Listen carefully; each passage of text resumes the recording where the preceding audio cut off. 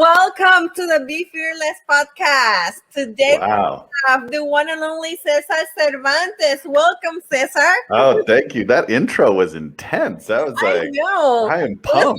It was like a workout. Like, Man, I'm ready. Yeah, let's hit the gym. yeah, let's go. Woo! Awesome. Welcome, Cesar. Cervantes is an expert TEDx speaker. Like, if you want to put your story in TEDx, this is the person that you need to talk to. So he's here today to share with us his success story and how everything. How you say that? Like everything developed in his life until he reached his place, right? I'm sorry, I got like my how English it all came together. Exactly. How everything. Thank you. My English and Spanish right now is like fighting for my brain. Oh, good. So thanks for that. So Cesar, my first question, and like I asked everybody, who was Cesar growing up and what was your dream as you grew up? Okay. Well, yeah, let's start from where was I born? Where was I conceived? No. I grew up in El Paso, Texas. I'm the son of Mexican immigrants. So, my parents, that's their story. They, came across the border and created a great life for me and my sisters. And, El Paso was great. It was a safe place to grow up. I enjoyed my childhood. When you later in life, you don't really realize how, where you grew up influenced who you are today and why. And when I read my favorite authors all talk about sort of their beginnings. And I think that that's just part of the process. We don't understand how our environment influences us probably until much later, or we revisit it in a way to better understand it. And I think that's true for me too. Growing up on the border, it's a very specific culture and community. Mm-hmm. And I think that there is this sort of duality about me in the way that the physical space that I grew up in there is a duality. So not just that there's a border between the US and Mexico, but also within El Paso itself, it's bicultural. And there was different divisions within that, but I've always had kind of two parts of myself. There's this artist and this creator, and then there's this very sort of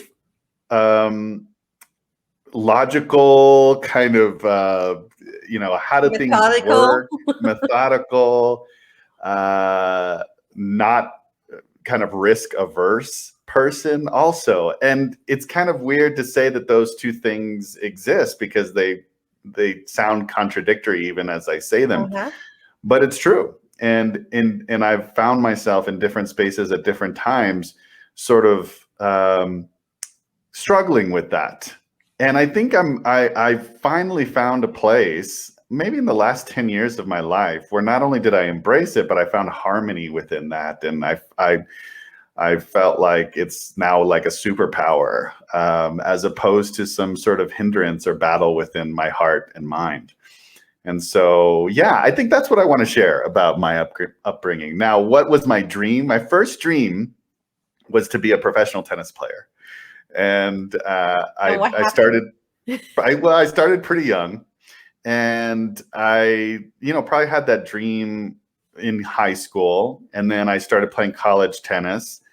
And I had some injuries, and it just started to seem less likely. And it's hard to judge like how close you really were to a dream unless you're able to continue it, to keep doing it. But I think, I got to play some professional tournaments, and I felt like it just shifted. Like I decided that it wasn't what I wanted, actually.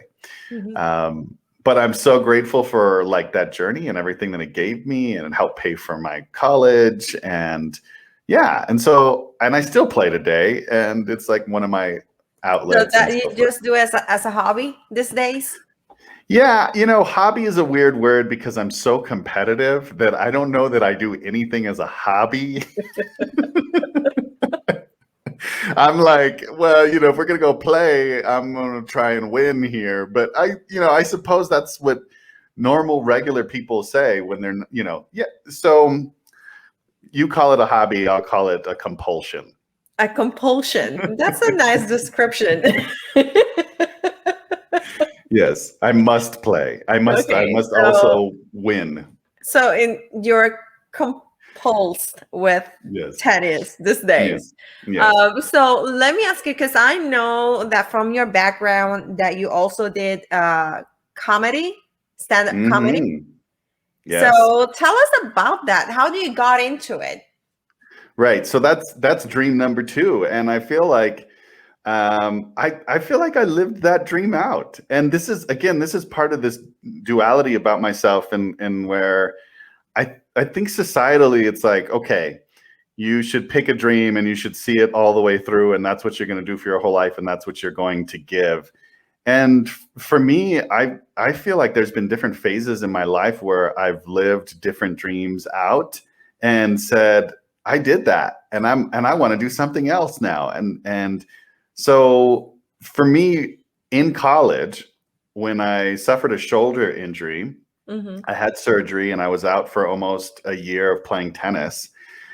Growing up, I did a lot of theater and I was on stage. And when I was on stage, I always wanted to make people laugh. So during this time of injury, I did not have my outlet of playing tennis. And I was like, okay, I have to find something else. And I went and did an open mic in town. I didn't have anything planned, really. I just scribbled some things down. I was like, okay, I'll go talk about this, because I thought that's what stand-up was. Like you would just go and make it up as you go. The first time I got on stage, I got laughs, but looking at it, it was terrible. Like it was awful. But I think those laughs that I did get, they were like, it was like feeling that connection to people, and just that give and take. And there's really no rush like it either. If you're able to succeed on stage doing stand-up, it's really difficult. And again, I think it becomes a compulsion of like, I have to keep, it's almost like, I don't know, what do you call that when you like pain? I don't know. I don't know. Oh, that's masochism. Yeah, well, that's pain. Yeah, that's masochism. But eventually you get good and you know what will work, and then you fail less and less, right? But there's always that risk. There's always a risk, and I think that was kind of a rush for me too. And so I did that for probably about 10 years, and I did it full time for a good portion of that. And I lived in LA. I started doing some acting, and that was my gig for a while. And so you went into Comedy Central for a bit, and then I read that you were also in a movie called The Line of Duty. Yes. Yeah. So, what year was that? Oh God, when was that? 2000. I have to go. You should IMDb me and find out when that movie was released. I don't know, 2006 maybe. I think it was 2008. If maybe. I don't get the year wrong. Yeah. Yeah, I read something like that. It's filmed, and then it could be released the next year. I mean, those things take forever, but. I'm gonna make a pause right here and just want to ask you, why make you explore the film industry within that comedy portion or phase of your life? Like, what make you switch or try to taste the waters? Well, I think they're super related, and for me, it started in theater and acting. And, some stand-ups don't want to do that, and that's not their thing. They just want to be live on stage, and it's all about stand-up and writing and whatever. For me, I was always a performer, and I loved performing. And so stand-up was another way that I could perform and connect with an audience and be in a more extreme version of myself or a character at times. And and so I think you're always looking for those opportunities that can then also help your stand-up. If you have more credits and more credibility, then you're more likely to get booked and so forth. I also did some voiceover work, and that was really fun. So yeah. It's That's all related. great. So now, I mean, you've been doing stand up. You explore, your opportunities within the film industry. Did some work there. How do you end up doing TEDx? How do you end up as a TEDx speaker? Yeah, thank you. So, right. So I'm in LA, I'm doing my thing. And I remember there was this moment where I landed a gig I was going to help write on this game show. And I was super excited about it. It was like, it was a nice break. And, but I'm young. I'm like, I'm in my early 20s, and like, I don't really know how these things work. I just know that I'm super excited and I got this thing. And I was engaged at the time, and I remember this thing falling through, like the funding fell through or whatever it was. And I was just so bummed. And then the woman that I was engaged to, that ended at the same time too, and she wasn't really supportive of what was going on. And it was just like, and I didn't like LA. Like, I really didn't like it as like a creative place to be. It didn't feel like, actually, somebody told me once, LA isn't where you go to create, it's where you go to take your creation. And I kind of connected with that. For whatever reason, I just never found my people or like the vibe there. And plenty of people do, but I didn't. And so at this moment, I was just like, I need change. And so I decided that I'd go back to grad school. And at grad school, I met my wife. It was in Dallas, and we had some mutual friends or whatever. And then we moved to London after that. And I was still doing stand-up, but I wasn't doing it full time anymore. And then at that point, I got a job at a college in administration. And so this was like, this is the duality that I'm talking about. Like, actually, I was really connected to college students and this sort of like more, I don't know, methodical way of looking at things. But I also had the opportunity to teach in the theater department, and I started teaching comedy classes. And then I started teaching community classes. And I was a fan of TED all at the same time. And there was just this idea brewing about a talk about how to connect humor with sort of leadership and the things that I was doing. And I was just really obsessed with this idea. And I just had to figure out how to get on a TED stage, because to me, it was combining this sort of like education with also performance. Like, public speaking is a performance. And so in my mind, it was a perfect marriage. And I finally booked a talk after trying to figure out how to do it. It was probably 3 years from when I decided I want to do one to actually booking one and figuring out what it was. I connected with a colleague who was a public speaking coach, and I just, absorbed everything that I could. And I took everything that I could learn, I applied it, I got booked. And I didn't love my first talk, but it was okay. I thought it was great. And then I was like, I need to do another one, because now I know what I really want to do. And through this process, I was like, wow, if I would have just known in the beginning, it wouldn't have been so stressful and like, hard. But that's part of the growth too. Mm-hmm. So for me, the next step was, how do I give everything that I've learned to people so they don't have to, come into it struggle through the process? Yeah. And how do they create the best talk possible? Because my experience with TEDx is that, not every site is great or has great support. And so you kind of have to figure it out on your own.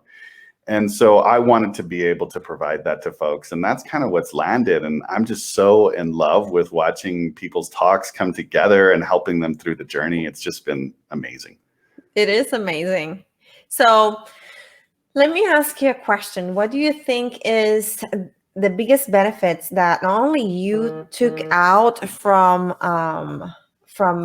this speaking process or teaching people how to become speakers, but I mean, for yourself, what is the best thing that you think that comes out of being a speaker? Yeah, that's a great question. First, I'm going to say, like, a lot of times we think that what we're talking about, or like our message, is going to be the big payoff and the big takeaway.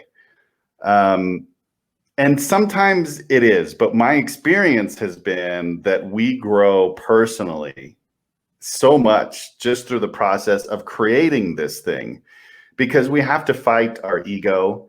We have to fight, this sort of like whatever we're comparing it to.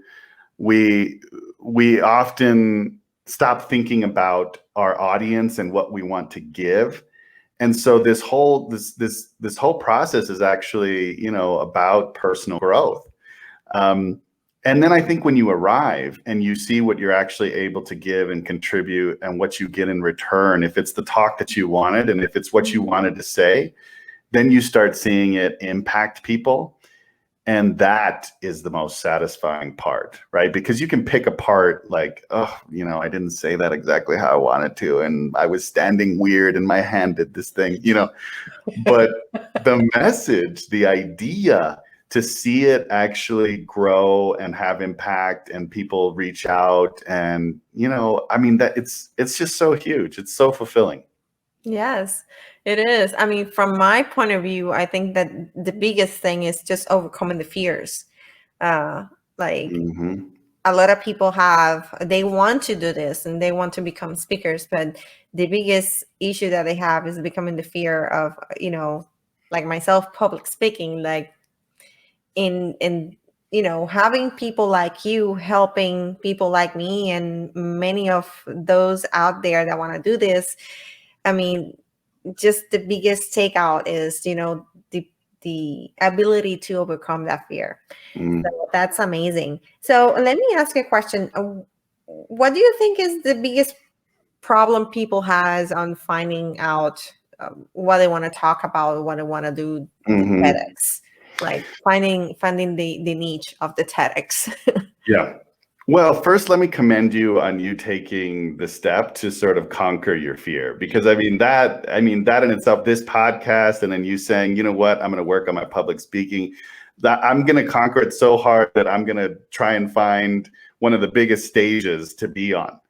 And so, that commitment alone, hey, everybody can learn from that. And I think that's huge. So I just want to Thank you.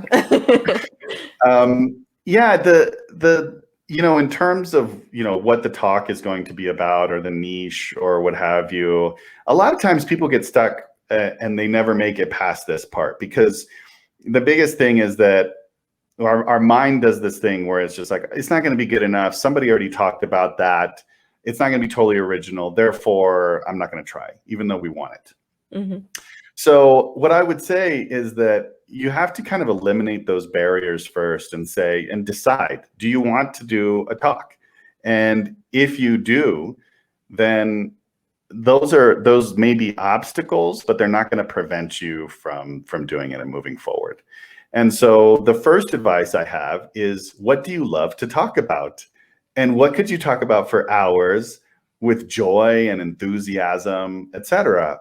And that should lead you down the path of, where you want to live and what message you have and what you want to say. Now, there are some things that don't fit the TED form that you have to be careful about, right? TED is not just about a personal story, an inspirational story. This is about the spread of big ideas that can change people, that can change the world. And so, and that can sound really daunting, but there are talks that have, millions and millions of views that are literally about, hey, you should, instead of just trying to go full vegetarian or vegan, maybe just do it during the week. And then on the weekends, just eat whatever you want. And that will still change the world. And that's such a simple idea. Simple idea, but very inspiring. Right. And can still have impact. And so that's what I try and remind people is that, listen, everything in some form has been said before, right? Now, there are certainly some, breakthroughs in science and technology and so on and so forth. But if that's not you, it doesn't mean you can't do a TEDx talk. And so what you want to stay away from is anything that appears as though you're just trying to sell, because the TED stage is about giving. It's about giving to your audience, about creating impact, helping and educating people. And so barring any of that, what do you love? Where do you have credibility? Is there something that you have come to that you feel is unique in some way, even if it's just because it's your experience? So there you have it. That's amazing. That is awesome. I'm like, I can't wait. I can't wait to do mine. But it's coming. It's on the way. You also, so you got into TEDx and you got into, creating this amazing masterclass where you help people. And now you have a community of TEDx speakers, which is amazing. And I love that. So tell us about that masterclass. When is this coming up? So our next session starts next week. So literally a week from today. We've still got a couple of seats left. And so I'm glad that, I wasn't sure if we'd have any seats left when we got to this podcast, but we do. We have a couple of seats left. And you've got the link there. You can find out a bunch more about it in details. And I co-teach the class with Sarah Hinkle, who is actually the director of competitive communications at Colorado College.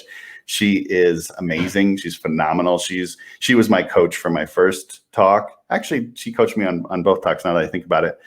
And I learned so much from her. And we decided to partner to be able to give you kind of both the performance side of things, which is my expertise, and she's an incredible technical coach, which can tell you, and she can tell you, look, here's what you need to do in the form of your speech that you're not quite doing just yet. And with that, I mean, what has been created thus far, I'm just so impressed by, and we just had somebody book a talk recently. And so our goal by the end of the 6 weeks is that you have your talk completed and that you're empowered to know exactly how to apply to be able to stand out, and that the TEDx organizers and curators won't be able to ignore your application. And you'll have the best shot possible at landing a talk. Awesome.